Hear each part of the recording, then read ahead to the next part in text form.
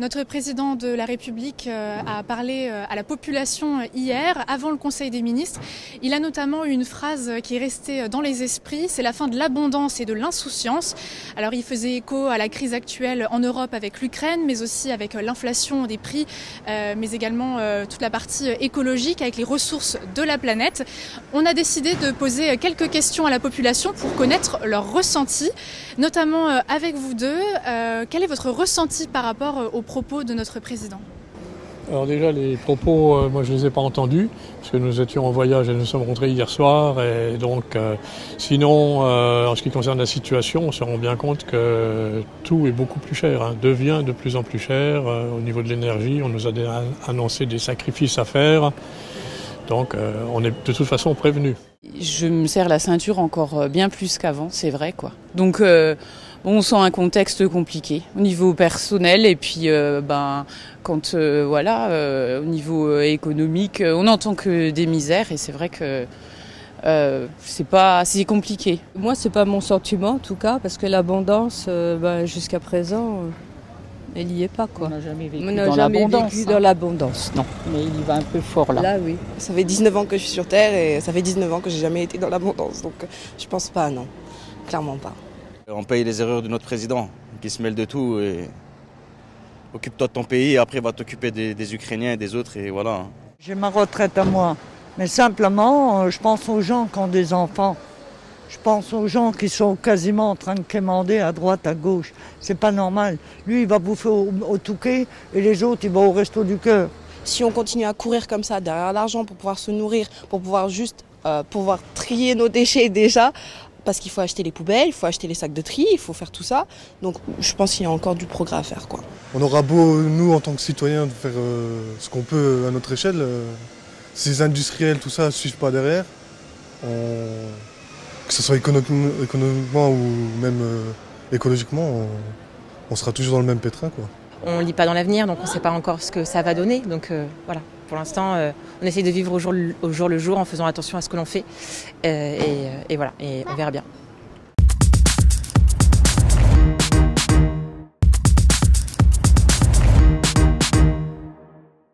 Donc c'est l'un des événements de la rentrée politique, la venue des cadres de La République En Marche, du Parti social-démocrate, Territoire de Progrès et de centre-droite Agir. Ça se passera à Metz, juste derrière vous, samedi 27 août, donc au centre des congrès Robert Schuman. Il s'agit d'une session de travail pour élaborer les fondations du nouveau parti Renaissance, qui va donc rassembler ces trois forces politiques. En Marche arrive à la fin d'un cycle où on se retrouve avec différentes composantes, trois, donc vous venez de les citer, La République En Marche, Territoire de Progrès, Agir. Les élections sont passées, on a eu 5 ans d'activité, on passe sur autre chose, on reprépare la suite. Alors, nous avons consulté tout l'été nos différents militants sur tous les départements. Samedi, donc, sont invités à Metz les référents départementaux, 1 ou 2 suivant les statuts dans chaque département, les parlementaires, En Marche, Territoire de Progrès, Agir, donc les députés et les sénateurs, et les membres du gouvernement. Et donc chaque référent va présenter le résultat de sa consultation. Et effectivement, nous allons parler de ce que nous avons proposé aux adhérents. Donc il y aura un vote probablement vers le 15 septembre, donc avec les nouveaux statuts. On va également parler de la charte des valeurs et du futur de Renaissance, puisque le nom est déjà choisi. C'est un élément clé de la majorité aujourd'hui. Les membres du gouvernement sont là aussi. Certains sont avec le président sur son voyage en Algérie, mais une grosse partie sera là. Ça légitime, mais c'est également, elle donne aussi son avis. Voilà. Le mouvement, les partis l'accompagnent dans sa politique, donc c'était normal qu'elle soit là. Il faudra s'armer de patience si vous souhaitez circuler dans le centre-ville de Metz samedi 27 août. Le grand soir Mirabel et la confrontation entre le FC Metz et Dijon perturberont la circulation. Plusieurs axes seront donc fermés et déviés. Et dès 7h, le stationnement et la circulation seront interdits à l'allée du Bras-Mort. Dès 16h45, le parking de la République, le boulevard Poincaré, l'allée Victor-Aigli, la promenade Hildegarde et une partie du boulevard Clémenceau seront inaccessibles. Et dès 18h30, l'échangeur de l'A31 Metz-Centre sera fermé. Des déviations seront mises en place. Et comme depuis le 30 avril dernier, la Fournie-Rue sera fermée à la circulation de 11h à 23h. Mais pas de panique, les transports en commun seront gratuits dès 14h. Les moyens doux sont donc à privilégier pour se rendre dans Metz samedi 27 août.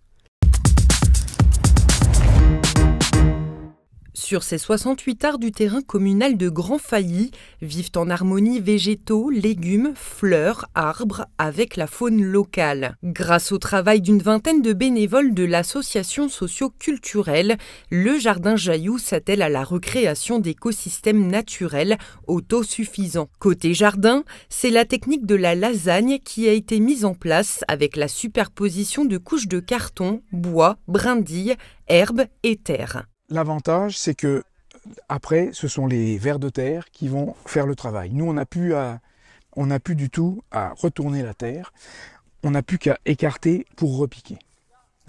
Et l'avantage de ces différentes couches, de ce paillage, c'est qu'on va pouvoir se passer d'arrosage. Une solution douce et durable qui n'empêche pas la diversification des légumes. On essaie de garder ces variétés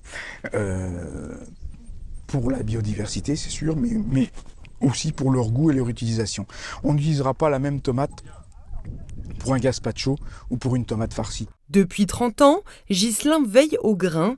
Il s'autorise même à replanter des espèces disparues comme la vigne interdite. Alors là, je suis sur une variété Noah, variété caractéristique des vignes interdites, dont on disait qu'une fois vinifié, le vin issu de ce cépage rendait fou. Mais ce n'était pas tant la qualité du raisin que la quantité de vin absorbé. Pour cet amoureux du jardinage, la permaculture et de manière générale le développement durable sont devenus une nécessité absolue face à l'urgence climatique. Il y a une éducation à faire, à revoir, pour que les gens reprennent le sens de la vie, le sens de la terre, le sens de leur environnement. On est en train de brûler au soleil, et puis on regarde de l'autre côté en disant « bah alors, qu'est-ce qu'ils font ? Ils sont bien gentils, mais ils font pas grand-chose à part augmenter le prix de l'électricité. » Cette forêt comestible, expérimentale, écologique et sociale a porté ses fruits. Le Jardin Jailloux, ou Jardin Joyeux en patois lorrain, a récemment été distingué par le prix régional de la biodiversité.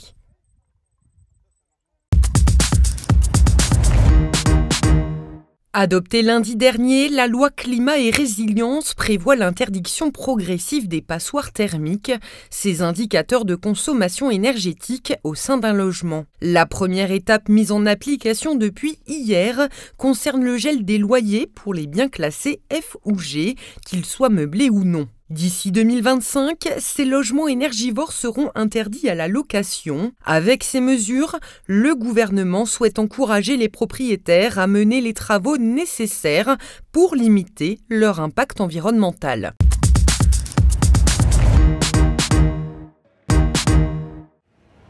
Vous connaissez les petits plats de Véronique ? Ce sont des plats en portions individuelles vendus dans tous les Cora au rayon traiteur. Les mêmes menus et les mêmes recettes dans toute la France. Ils sont confectionnés sur place dans les cafétérias de chaque supermarché. À Sarreguemines, 17 personnes y travaillent, mais la cafétéria enregistre une baisse d'activité de 30% depuis la crise du Covid et la tendance perdure.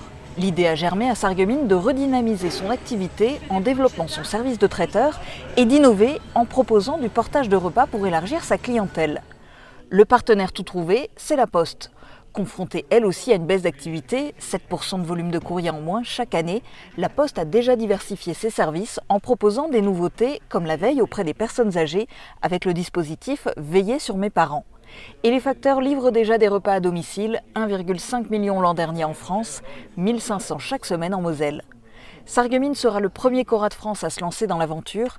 À partir de septembre, les habitants du territoire de la Casque pourront se faire livrer les petits plats de Véronique par leur facteur. Les commandes seront à passer une semaine à l'avance. Les plats partiront de la cafétéria dans des box qui conservent la chaîne du froid et transiteront par la plateforme de courrier de Woustviller avant d'être distribués par les facteurs à raison de 3 tournées par semaine. À moins de 10 € le plat livré, les clients ciblés sont en premier lieu les personnes âgées, maintenues à domicile, mais rencontrant souvent des problèmes de mobilité. Elles n'auront plus qu'à réchauffer leur plat au micro-ondes. Une nouveauté initiée par Cora Sarreguemines et qui pourrait s'étendre à tous les Coras de France si le succès est au rendez-vous.